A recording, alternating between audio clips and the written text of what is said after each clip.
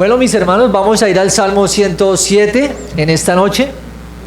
Continuamos con este Salmo, Salmo 107.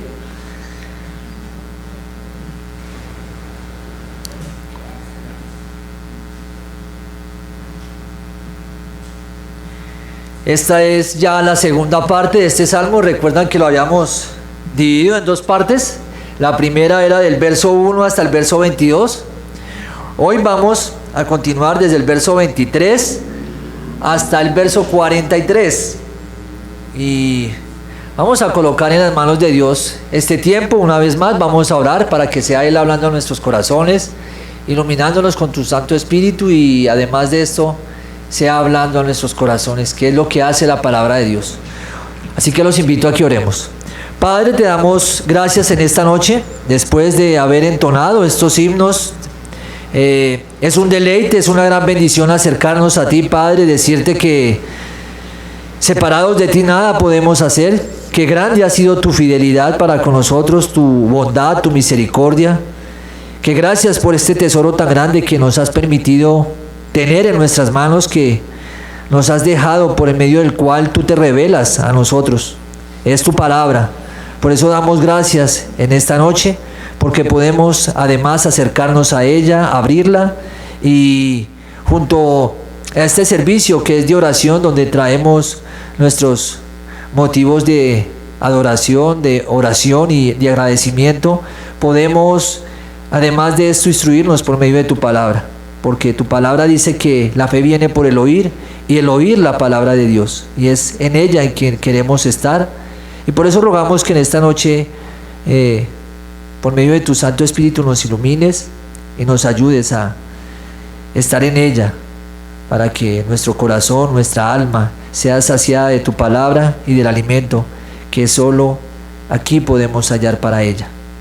Gracias, Padre. Oramos para que todo cansancio, todo agotamiento del día, Padre, sea quitado en tu favor y podamos estar atentos a tu palabra. Una vez más, a ti sea la gloria, en el nombre de tu amado Jesucristo. Amén. Bien, vamos entonces a leer este salmo del verso 23 al 43. Pero antes de esto vamos a hacerlo diferente. Voy a hablar de lo que habíamos quedado, como para hacer un contexto de los que no pudieron estar hace 8 días. Y vamos luego a ir a caminar por estos versos. Decíamos de esta segunda parte de este salmo, que hemos, como lo dije anteriormente, dividido en dos partes, que este es un salmo cuyo autor no se dice, no tiene allí. Decíamos de este salmo que es la introducción al quinto libro de este salterio. Además de esto, veíamos que este salmo era posiblemente entonado después del exilio, o sea que era postexílico, y se entonaba allí después de que hubieron tantas persecuciones y tal vez oprobios contra el pueblo de Israel. Y ahora está este salmo para animar, para reconfortar y para alabar a Dios por sus actos misericordiosos para con el pueblo de Israel. Esto hablábamos en cuanto a este salmo. Como decíamos, no tiene un autor, pero sí es un salmo que se cantaba gradualmente entre el pueblo de Israel. Lo habíamos bosquejeado de la siguiente manera. En la primera parte lo veíamos desde el verso 1 al verso 3, y se hablaba de la invitación a dar gracias a Dios por parte del autor de este salmo. La segunda parte estaba formada por 4 muestras o 4 cuadros, como lo decía, ahí lo dice en su Biblia de comentarios Rairi, de la misericordia de Dios, en donde cada uno termina con una invitación a dar gracias. 4 partes en ese segundo punto. Como tercero encontramos la soberanía de Dios para bendecir la obediencia o para castigar la desobediencia. Esto reposa en Dios. Como cuarto anunciado, veíamos una pregunta retórica acerca de guardar y obedecer lo dicho por Dios. ¿Y en cuál parte quedamos? Quedamos en la segunda parte, ¿sí? Y en la segunda parte hablábamos de 4 puntos que conforman esa segunda parte, por si no han podido recordar. Sin embargo, veíamos que este salmo nos habla de las misericordias de Dios, ¿sí? Veíamos de este segundo punto anunciado que hay 4 grupos. El primero de ellas, los que vagaron por el desierto, que lo veíamos del verso 4 al 9, aquellos que vagaron por el desierto, los que estaban en tinieblas, verso 10 al 16. Este grupo estaba en tinieblas, ¿por qué? Como para reafirmar o reforzar esta idea, porque habían despreciado el consejo de Dios. Esa era la causal de por qué estas personas estaban en tinieblas. Dios había dado unos parámetros, su palabra, había dado unas leyes, había dado unos mandatos, pero ¿qué había hecho el pueblo de Israel? Los había dejado a un lado, ¿sí? Entonces ahí vemos que hubo un grupo de ellos que estuvo en tinieblas por despreciar la palabra de Dios. Y como el Salmo 119 verso 105 nos dice: lámpara es a mis pies tu palabra. Entonces el peligro que corre todo creyente al apartarse de su palabra es que esa lámpara se apaga, o bueno, no se apaga, simplemente se quita de nuestro camino, porque ella seguirá alumbrando, porque nunca dejará de ser lámpara. Pero aquel que la descuida o la hace a un lado no tardará en tropezar. Por eso es que muchas veces vemos que al alejarnos de la palabra no tardamos mucho en caer en tinieblas, en caer en errores, ¿sí? En equivocarnos, en tropezar. Bien, ahora por último veíamos, estaban los que estaban en tinieblas, y como tercero los que sufren por su necedad. Ese era el otro grupo. Entonces ahí están los del desierto, los que están en tinieblas, y los otros, los que estaban o sufrían por su necedad. Ellos eran soberbios, ellos eran completamente, por decirlo así, ensimismados en sus propios razonamientos, ¿sí? Y eso les hace sufrir. Y podíamos ver grupos y aplicar que hay ciertos grupos de personas, ¿sí?, que sufren por ser obstinados, por ser tercos, ¿sí? Ahora sí, como cuarto de este segundo punto, son los que naufragian en el mar. Eso es lo que vamos a ver, los que naufragian en el mar. Y lo vamos a ver del verso 23 hasta el verso 32. Este es el último grupo de esa segunda parte, que veíamos 4 muestras de la misericordia de Dios, de nuestro bosquejo. Así podemos bosquejear este salmo y entenderlo de una manera más breve. Y ahí tenemos entonces que leerlo. Entonces vamos a irlo leyendo y vamos a ir explicando estos versos para no leerlo y luego devolvernos. Entonces, verso 23 dice: los que descienden al mar en naves y hacen negocios en las muchas aguas, ellos han visto las obras de Jehová y sus maravillas en las profundidades, porque habló e hizo levantar un viento tempestuoso que encrespa sus ondas. Suben a los cielos, descienden a los abismos, sus almas se derriten con el mal. El verso 27 dice: tiemblan y titubean como ebrios, y toda su ciencia es inútil. Entonces aquí encontramos el verso 23. El verso 23 nos habla de navegantes, marinos, y dice que los que descienden al mar en naves, ese grupo, ¿sí?, y hacen negocios en las muchas aguas. Este grupo nos habla de marineros, ¿sí?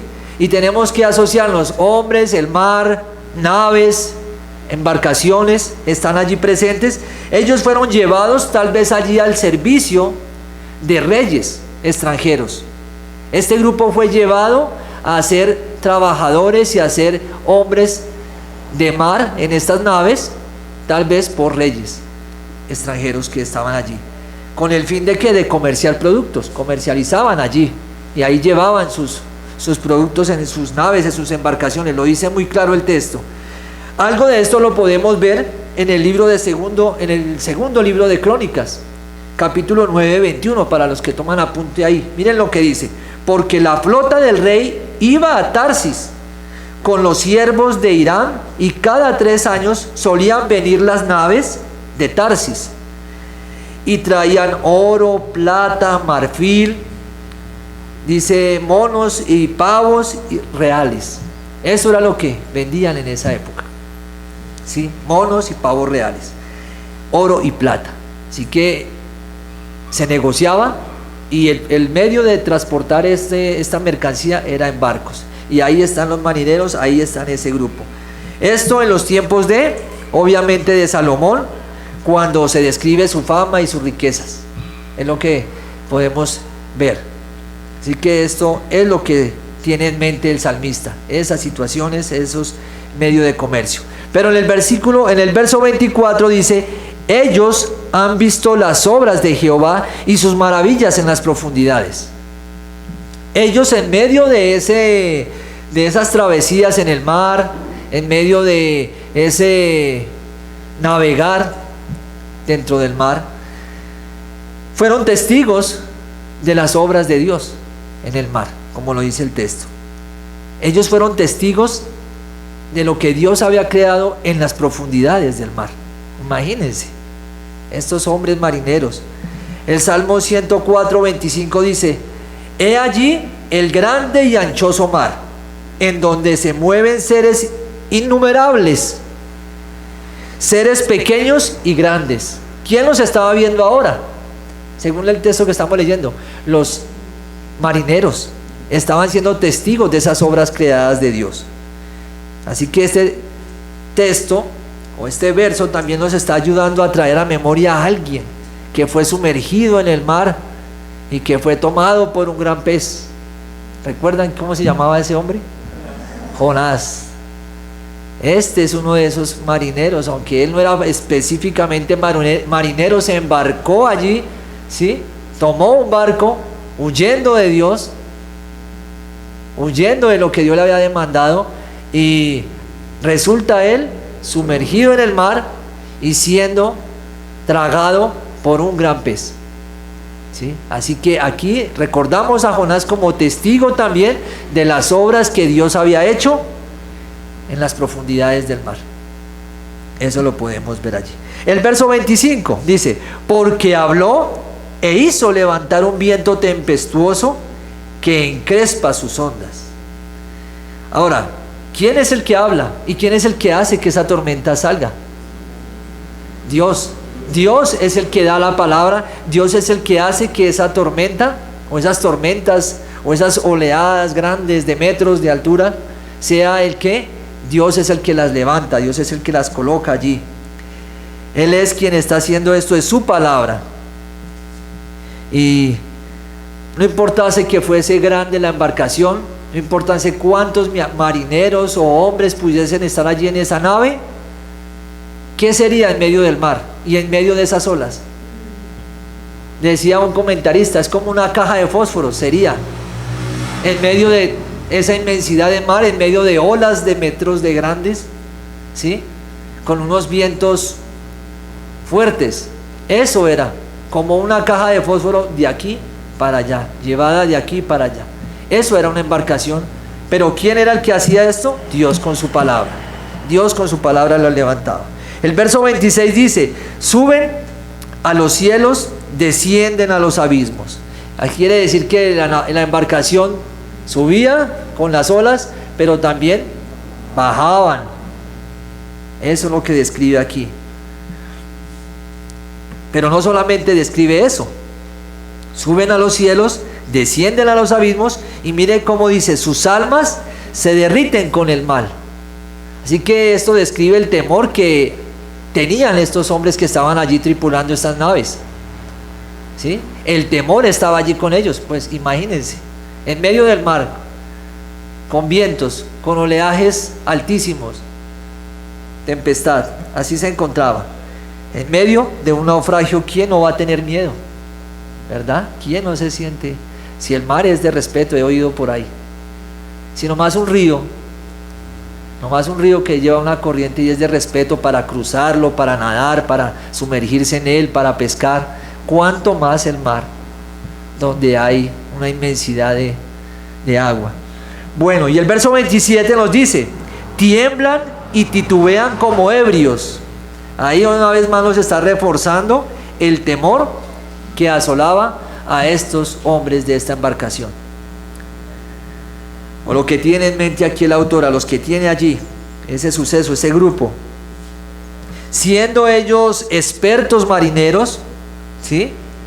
Siendo ellos hombres fuertes, siendo hombres que tripulaban una nave, no era la primera vez, eran diestros en esto, ¿sí? Sin embargo, se dice que en medio de estas circunstancias temblaban y titubeaban como ebrios, y toda su ciencia es inútil. El conocimiento que tuviesen para atravesar el mar, para entrar mar adentro, para, valga la redundancia, llegar a mar adentro allá, hay que tener experiencia. Y dice aquí que eso les era inútil. Nada, de nada les servía su conocimiento, de nada servía su experiencia en otras viajes anteriores o lo que fuese, no servía de nada. El verso 28 dice, entonces clamaban a Jehová en su angustia y los libraba de sus aflicciones. ¿Qué queda por hacer cuando tienes el conocimiento de lo que puedes hacer, de lo que hay que hacer? Lo haces y es inútil. ¿Qué más queda? Mirar a Dios, rendirme. Yo me imagino a estos hombres musculosos, preparados, diestros en viajar. No, aquí hay que hacer esto, en caso de que venga una ola, el movimiento que debemos hacer con la vela es como fuese, esas naves, ¿no? Porque no se describen allí, pero sin embargo, sí llama la atención eso, que nada de eso le era útil, nada de eso les era útil. No hay conocimiento que valiera allí, es Dios solamente dando la palabra que los vientos, la tempestad golpee esa barca, y es solamente a Él a quien hay que rendirse, ¿sí? De nada le servía. Y esto nos da una aplicación a nuestra vida, a nosotros, a nuestro corazón. Nos dice algo. Primero, muchas veces nosotros tenemos o somos introducidos en tempestades. Somos introducidos en momentos donde verdaderamente los fuertes vientos, las olas, los fuertes vientos golpean la nave, golpean nuestras velas. Las olas altas llevan nuestra nave a que suba y baje. Y cuando me refiero a nave es nuestra vida, nuestro corazón. Esto viene así de parte de Dios. ¿Quién es el que lo coloca? ¿Quién nos mete a veces en estas tempestades? ¿No es Dios? Es Dios quien lo hace. Es Dios quien nos introduce allí. Es Dios quien lleva a nuestra barca a que eso suceda.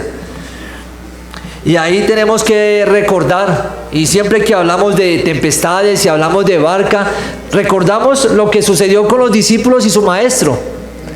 Es el maestro quien les dice allí en Lucas, les dice, pasemos al otro lado. Es el maestro quien les dice. Es el mismo Señor quien les está diciendo allá en Lucas 8:22.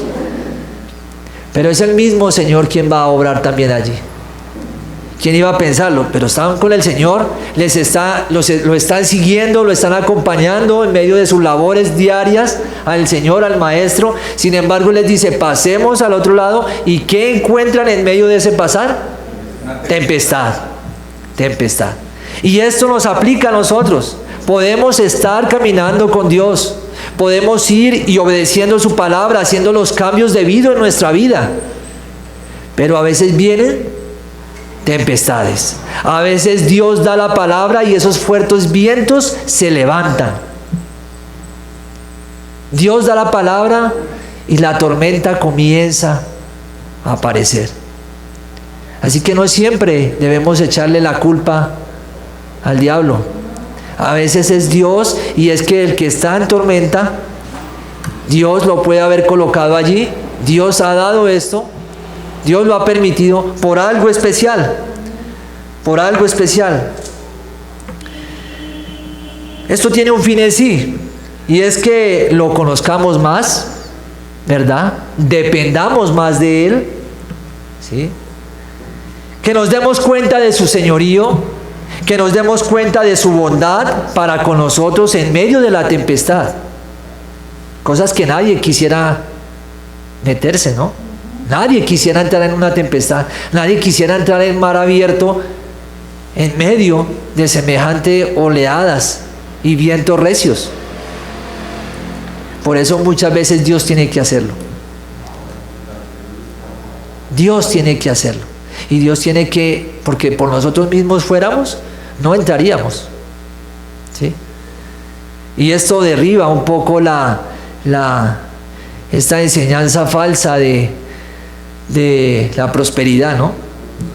Que todo va a ir color de rosa, todo va a ir bien, que ven al Señor y los problemas se van a acabar, ven al Señor y si tienes necesidad, Dios te va a bendecir por montones hasta que sobre y abunde, que toman textos para transgiversar y llevar su mala teología diabólica, que es, porque no es sino engañadora, y Satanás es engañador, y es con ese fin. Pero aquí encontramos en la palabra que a veces es necesario, a veces es necesario. Entonces, volvemos, lo conocemos más, dependemos más de Él, nos damos cuenta de su señorío, de su bondad para con nosotros, y nuestra fe, ¿qué pasa en medio de eso? O después de atravesar eso, se afirma, se afirma.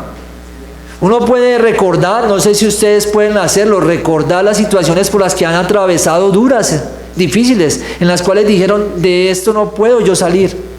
Pero después de que han salido, su fe se ha afirmado y recuerdan en medio de otra prueba, de otra circunstancia, y dicen, si Dios pudo hacerlo anteriormente, no lo podrá volver a hacer. Eso es lo que sirve estos momentos de tempestad en nuestras vidas. Así que nosotros experimentamos tormentas en todo, ¿sí? Y como dicen los falsos maestros de la prosperidad, no todo es color de rosa.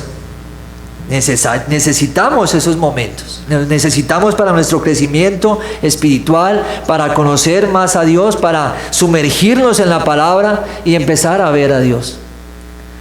Pero también nos da otra aplicación. No importa allí nuestro conocimiento, no importa allí nuestra experiencia, no importa allí nuestras fuerzas, ¿verdad? ¿Porque les sirvió de algo a los marineros? No. Ellos podían tener mucho conocimiento en qué hacer en determinadas situaciones, dentro, sumergidos allá en el mar adentro, pero eso no era lo que necesitaban. Entonces, nada de esto, el conocimiento de X o en Y tarea nos va a ayudar, no. Esto nos enseña que debemos depender solamente de Dios. Por eso es que estos hombres, como los imagino, fuertes, diestros en andar en el mar, en navegar, ¿qué tuvieron que hacer? Clamar a Dios. ¿Qué debemos hacer nosotros en situaciones como estas, donde la tormenta llega a nuestra vida? Clamar a Dios, rendirnos a Él y decirle, Dios, nuestro conocimiento ya lo intenté, porque a veces lo hacemos así, intentamos en nuestro conocimiento, en nuestras fuerzas hacer las cosas, remediarlas, pero a veces vemos que eso es inútil. ¿Qué debemos hacer en esos momentos? Rendirnos ante Dios y decirle, Dios, tú tienes toda autoridad, tú tienes todo lo necesario para calmar esta tempestad de nuestra vida. Y si aún es necesario que sigamos en esa tempestad, Dios, tú tienes la fortaleza que yo necesito para seguir adelante. Hay pruebas en las cuales queremos rendirnos. Hay situaciones, tormentas en nuestra vida donde no queremos seguir más. Pero en Dios está la fortaleza de los siglos, dice la palabra. Y eso es lo que debemos hacer. Él tiene el señorío para cambiar cualquiera que sea la tempestad que hoy esté azotando nuestra barca. Así que si hoy usted está en tormenta, afligido o afligida, ¿qué queda? Clamar a Dios y Él hará. Clamar a Dios y Él hará. Pero cuando nosotros intentamos, fracasamos. El verso 29, porque nuestro salmo continúa. Al clamar a Dios, entonces, ¿qué pasa? Nos libra. Aquí le dice, los libra de sus aflicciones. ¿Qué pasará con el hombre o la mujer que clama a Dios? Le libra de sus aflicciones. El verso 29 dice, cambia la tempestad en sosiego. ¿Sí? Y continúa allí, dice, y se apaciguan sus ondas. Hace que entonces la tempestad se calme y hace que esas olas inmensas, grandísimas, que golpeaban la nave de estos hombres, se acallaran. Y eso es lo que hace Dios cuando clamamos a Dios. Eso es lo que Él hace cuando venimos a Él rendidos, no dependiendo de nuestra autosuficiencia, no dependiendo de nuestro conocimiento, de nuestra fuerza, sino simplemente rindiéndonos a Él. Él se encargará de lo que debe hacer. Eso es lo que nos hace el Señor allí. Pero también podemos ver algo más, que esto no solamente es narrado aquí, o bueno, se puede ver en parte y aplicarlo aquí a nosotros, sino que esto lo vivieron y lo describe la palabra más adelante. ¿Sí? ¿Qué tal si vamos a Jonás, capítulo 1? Acompáñenme por un momento a Jonás, para leer el texto y no parafrasearlo, sino que la misma palabra nos...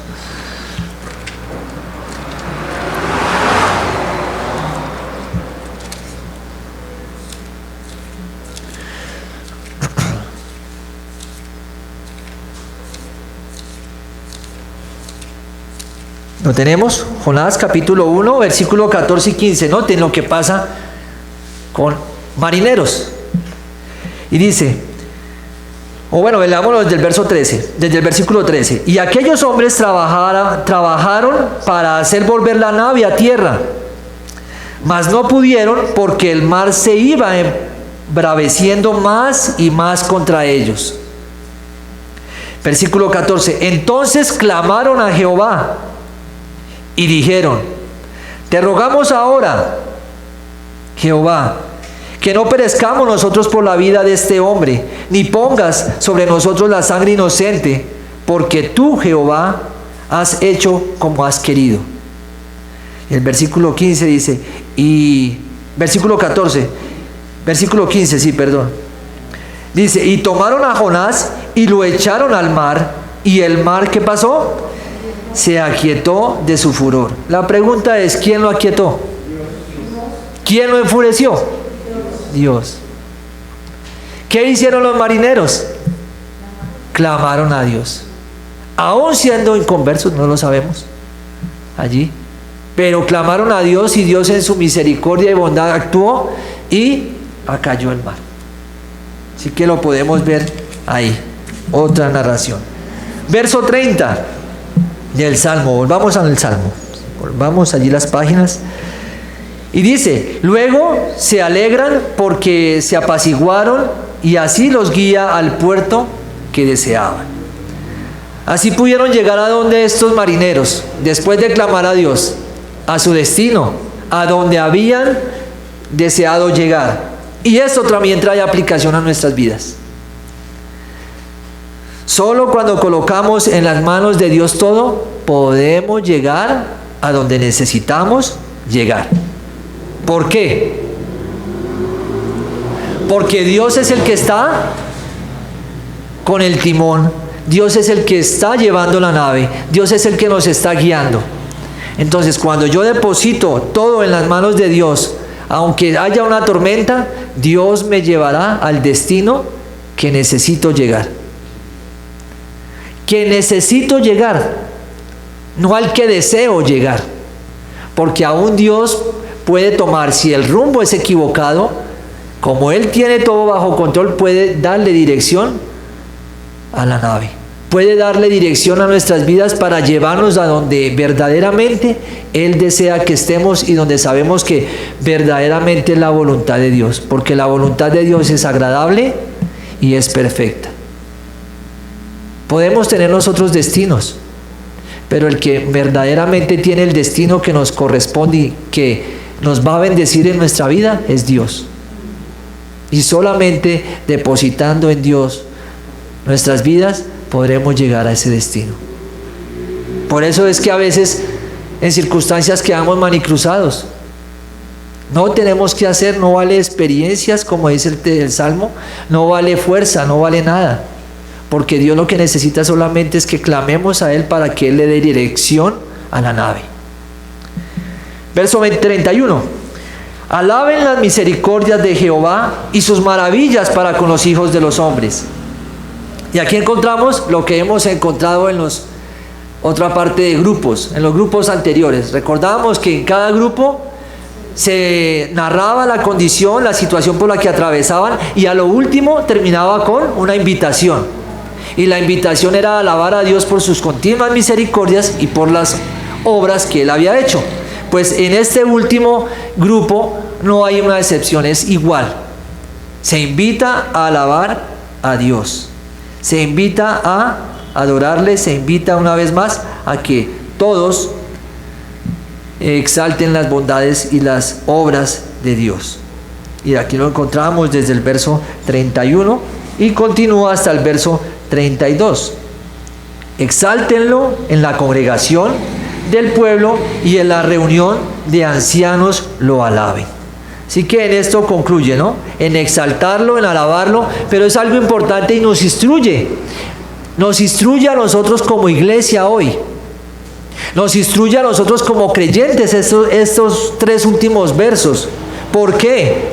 Porque nos está invitando a tener un propósito claro con el cual yo me congrego. Es para alabar a Dios. Yo me congrego, miren, exáltenlo en la congregación del pueblo, en la reunión de los ancianos, lo alaben. Eso debemos hacer como iglesia. Eso debemos hacer cuando de diferentes lugares venimos y nos congregamos. Eso debe haber en nuestro corazón. Un deseo ferviente, fervoroso de alabar y exaltar a Dios. ¿Por qué? Por sus obras. Porque el hecho de que estemos hoy sentados aquí, como lo estaremos cada domingo, si el Señor lo permite hasta que Él venga, es por la misericordia y porque Dios lo ha querido. Es por eso que estamos en pie. Pastor, la prepotencia, la poca fe, experiencia también, el quitarle. Ajá.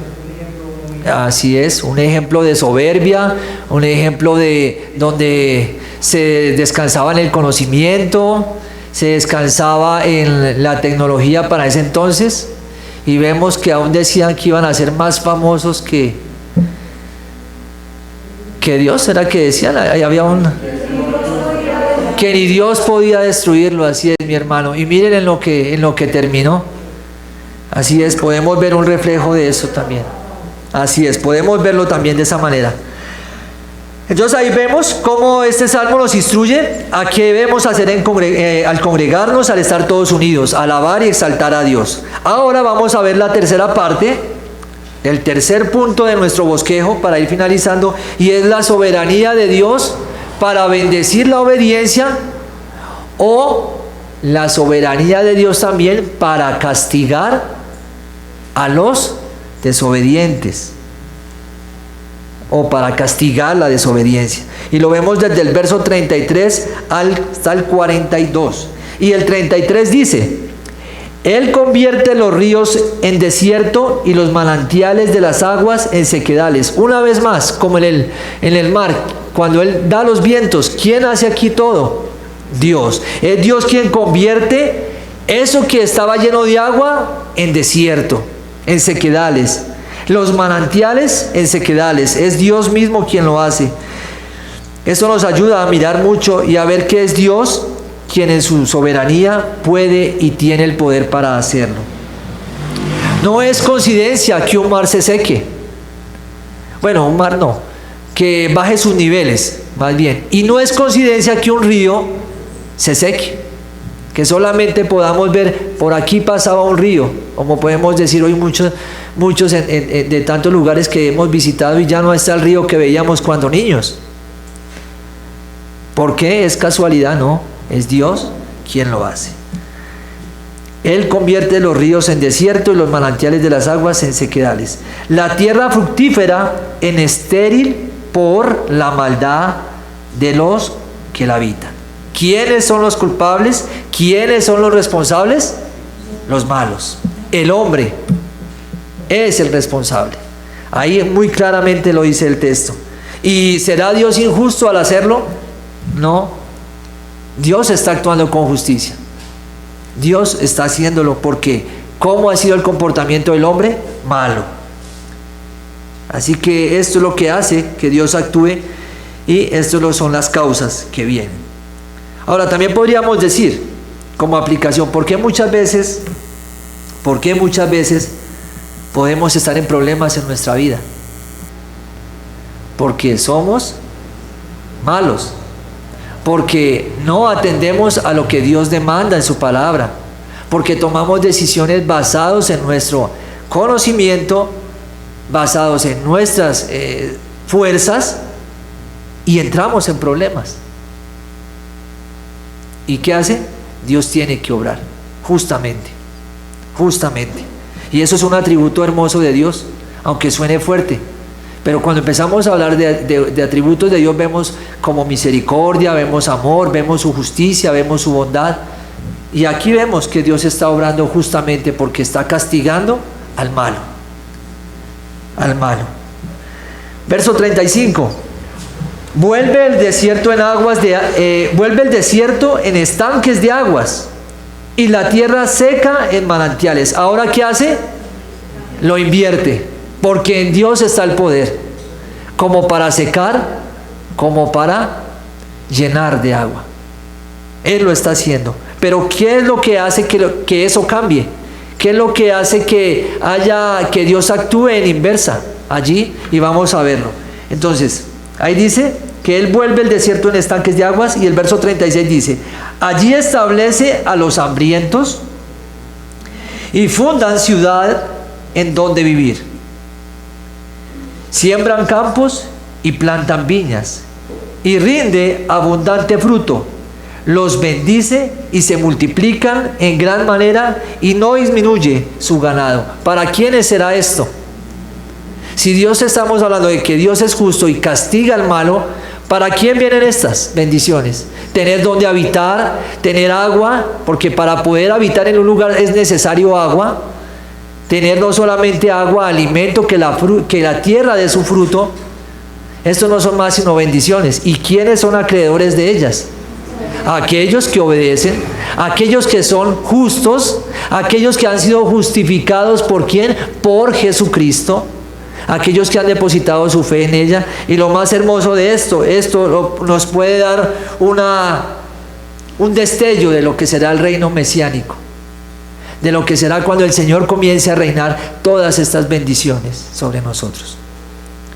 Sin embargo, las vemos aún a aquellos que obedecemos su palabra, a aquellos que nos deleitamos en ella, en su consejo, a aquellos que, no importando lo que quiera nuestro corazón, ojo aquí, no importando lo que quiera nuestro corazón, nuestra mente y nuestra razón dice no, porque Dios dice en su palabra esto. Porque eso es lo que muchas veces nos lleva a fracasar en nuestro camino cristiano, que nuestro corazón dice una cosa, pero la palabra dice otra, y decidimos, no, es que siento paz, es que esto es de Dios, cuando solamente es del corazón, es de nosotros mismos. ¿Y a dónde nos va a llevar eso? A equivocarnos, a fracasar, ¿sí? Pero cuando estamos renunciando a eso, y no, Dios dice en su palabra esto, así mi corazón me empuje hacia otro lugar, yo debo obedecer a Dios. Y ahí va a estar la bendición de Dios, ahí van a estar estas cosas, porque Él va a haber obediencia, y Él premia la obediencia. Dice la palabra que Él honra a los que le honran. Bien, sigamos. Verso 36, 37, 38 dice lo siguiente. Ya lo leíamos, ¿no? Ahora dice el 39. Luego son menoscabados y abatidos a causa de tiranía, de males y congojas. Él esparce menosprecio sobre los príncipes y les hace andar perdidos, vagabundos y sin camino. Levanta de la miseria al pobre y hace multiplicar las familias como rebaños de ovejas. Véanlo los rectos y alégrense, y todos los malos cierren su boca. ¿Qué va a hacer con el que menosprecia la palabra de Dios? ¿Qué va a hacer Dios con el que lo tiene en poco? lo va y lo dice, lo va a menospreciar, ¿no? Ahí dice el verso 40, lo menosprecia, pero sin embargo, al que lo exalta, Dios lo va a colocar en buen lugar. Y ahí habla de reyes, habla de tantas cosas, príncipes allí, ¿sí? Y dice que los hace errar, los hace andar perdidos como vagabundos. Pero hace algo con los que verdaderamente fueron oprimidos y despreciados. Dios los levanta y extiende para ellos misericordia. Bien, eso es lo que podemos ver allí. Y ya como última parte, una pregunta retórica, y la encontramos en el verso 43. ¿Qué dice allí? ¿Quién es sabio y guardará estas cosas y entenderá la misericordia de Jehová? Y este último verso es una vez más en este salmo una invitación, pero ya no es una invitación a alabar a Dios como lo hemos visto reiteradamente en los versos anteriores, sino que ahora es una invitación ¿a qué? A recordar y atesorar las obras de Dios. Eso es una invitación a recordar las obras de Dios, y es también una invitación a saber que solo en Dios hay sabiduría, ¿sí? Solo de Él viene la sabiduría. Dice un proverbio que viene la sana sabiduría de Dios, ¿sí? Y el principio de la sabiduría es un texto que no sabemos, es el temor a Jehová. Y ahí lo encontramos, para entender la misericordia de Dios. Esta es la pregunta retórica, y así termina este verso. Y quiero agregar a esto, vamos una vez más a un profeta menor, Oseas, y con esto terminamos, con las palabras de este profeta.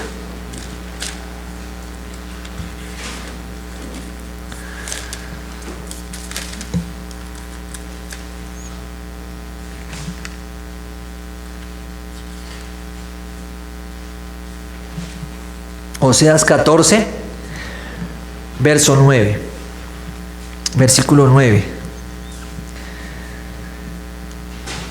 Dice, ¿quién es sabio? ¿Sí lo tenemos? ¿Quién es sabio para que entienda esto y prudente para que lo sepa?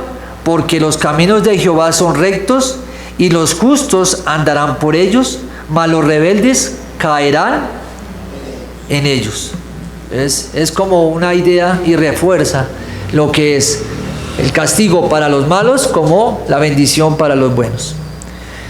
En cuanto a los quienes son entendidos, ya esto termina de esta manera el Salmo, y no podemos decir que solamente nos podemos acercar a Dios. Debemos decir, y es necesario acercarnos a Dios por medio de Jesucristo. Solo por medio de Jesucristo podemos hacernos hacedores y podemos tener acceso al temor de Dios, a la palabra de Dios, a su guía y a esa obra maravillosa de Dios en la cual Él llama a ser partícipes. No hay otro medio para poder enfrentar las tormentas de la vida. No hay otro medio cómo salir si no es acercándonos a Dios y clamando a Él. No hay otro medio en nuestra vida para poder salvarnos de un juicio que viene venidero, si no es estando en comunión con Dios por medio de Jesucristo. Y es lo que debemos cada día hacer. Cada día hacer. Cada día estar en comunión con su Hijo. Cada día estar en comunión con su Hijo y en plena obediencia al Señor. Amén. Vamos a orar.